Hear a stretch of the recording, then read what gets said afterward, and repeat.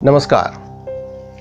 राम राज्य के विषय में कहा गया है, दैहिक दैविक भौतिक तापा, राम राज्य नहीं काहुई व्यापा।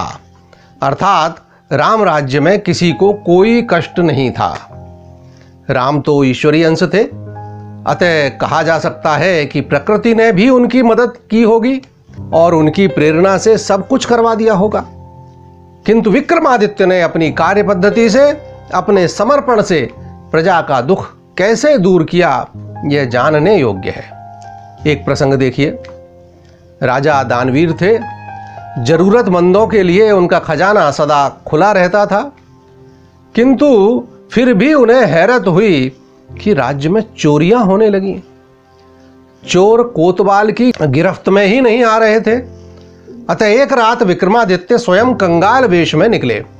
उज्जैन नगर के बाहर बियाबान में बने एक मंदिर में जब वे लेटे हुए थे, तभी 4 चोर वहां आए और साथ में लाया हुआ भोजन करने लगे। चारों आपस में सलाह कर रहे थे कि भोजन के बाद नगर में जाकर चोरी करेंगे। उनकी बातें सुनकर राजा ने सोचा कि अगर अभी अकेले इन्हें पकड़ने की कोशिश करूंगा तो कोई बचकर भाग भी सकता है। अतः इनका विश्वास जीतकर दिन में ये कहाँ रहते हैं यह जानना चाहिए। अतः वे उनके सामने याचक भिखारी बनकर पहुंच गए। बोले, भैया 2 दिन का भूखा हूं, कुछ खाने को दो ना। चोरों ने कहा, अरे कंगाल, तू कहां से आ मरा? पहले कहता तो दे भी देते, अब तो यह हमारी झूठन भर बची है।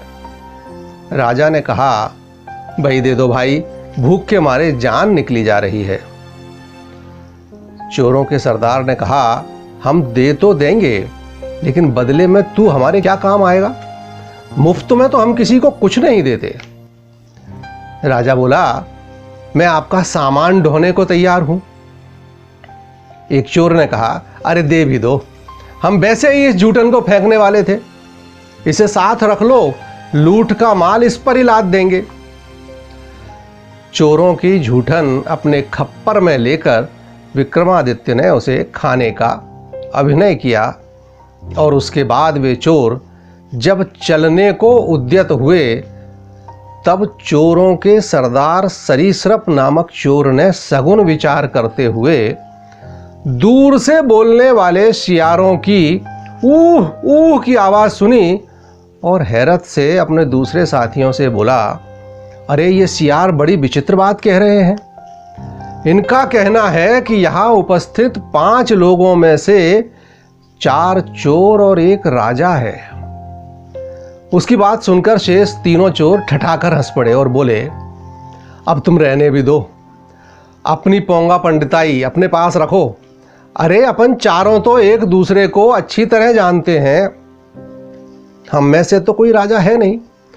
और रहा सवाल हमारी झूठन खाने वाले इस महाकंगाल का, तो क्या कोई राजा ऐसे झूठन खा सकता है? जब किसी ने सरीसृप का भरोसा नहीं किया तो वह भी विवश होकर सबके साथ चोरी अभियान में सम्मिलित हो गया।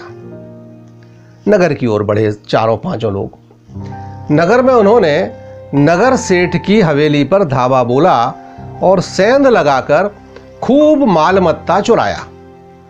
सामान ढोते हुए विक्रमादित्य भी उनके साथ रहे। चोरों ने चुराई गई संपत्ति एक तालाब के किनारे गड्ढा खोदकर गाड़ दी। उसके बाद एक कलार के घर में जाकर शराब पीने में मशगूल हो गए। मौका देखकर राजा वहां से निकलकर अपने महल में पहुंच गए। दूसरे दिन दरबार में राजा ने कोतवाल को आड़े हाथों लिया और कहा, तुम तो नगर की रक्षा करने में पूरी तरह निष्फल सिद्ध हुए हो। अब कोतवाल का काम भी मुझे ही करना पड़ रहा है। जाओ, अभी जाओ और पिचंड कलार के घर में छुपे हुए 4 शराबियों को पकड़कर यहां दरबार में लाओ। वे ही नगर में हुई सभी चोरियों के लिए जिम्मेदार हैं। उन्हें जंजीर से बांधकर दरबार में पेश करो। राजा की आज्ञा के अनुसार कोतवाल उन 4 चोरों को पकड़कर जंजीरों से जकड़कर राजा के सामने लेकर आया। राजा को देखते ही सरीसृप घूमकर अपने साथियों से बोला, देख लो, मैंने तो पहले ही कहा था कि यह राजा है। सियारों का कथन झूठ नहीं हो सकता। अब भुगतो नतीजा। उसकी बात सुनकर राजा बोले, अरे मूर्ख, तू जानवरों की बोली समझता है, लेकिन पाप और पुण्य का अंतर नहीं जानता। सगुन विचारता है, लेकिन पराया धन चुराने का, यह पाप कर्म छोड़ने का विचार क्यों नहीं करता? सरीसृप ने चतुरता पूर्वक जवाब दिया, महाराज, दरिद्रता जो न करवा दे सो थोड़ा है।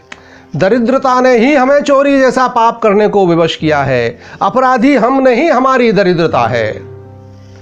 आपने तो दरिद्र होने का नाटक भर किया था, तो आपको हमारी झूठन खाना पड़ी। हम तो नाटक नहीं कर रहे, सचमुच दरिद्र हैं, और यह दरिद्रता ही हमें पाप कर्म करने को विवश करती है।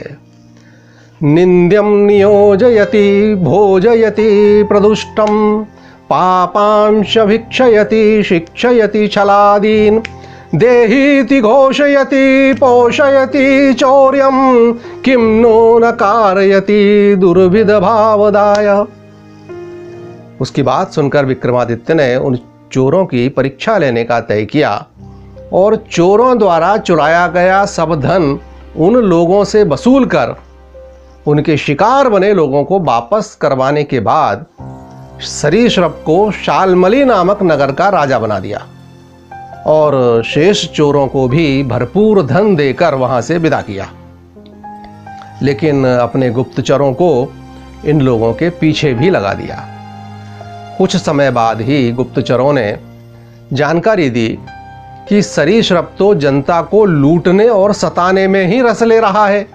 उसके क्षेत्र में कोई सुरक्षित नहीं है, यहाँ तक कि महिलाओं की इज्जत आबरू भी। और शेष तीनों चोरों ने भी आपके द्वारा दिया गया सारा धन गुलछर्रों में उड़ा दिया है और फिर से दरिद्र हो चुके हैं। राजा ने अब विलंब नहीं किया और चारों को फिर से पकड़ मंगवाया। सरीसृप को तो प्राणदंड मिला और शेष तीनों ने अपना शेष जीवन जेल के अंदर बिताया। पापी को भी सुधरने का अवसर देना, न सुधरे तो दंडित करना, यही हमारी पुरातन पद्धति भारतीय न्याय व्यवस्था की पढ़ने को मिलती है। विदेशी यात्रियों ने भी इसका वर्णन किया है। शारीरिक दंड केवल आदि मुजरिमों को, अन्यथा केवल जुर्माना। देखते रहिए अगले अंकों में विक्रमादित्य के अन्य मानवीय सद्गुणों की भी चर्चा हम करेंगे। नमस्कार।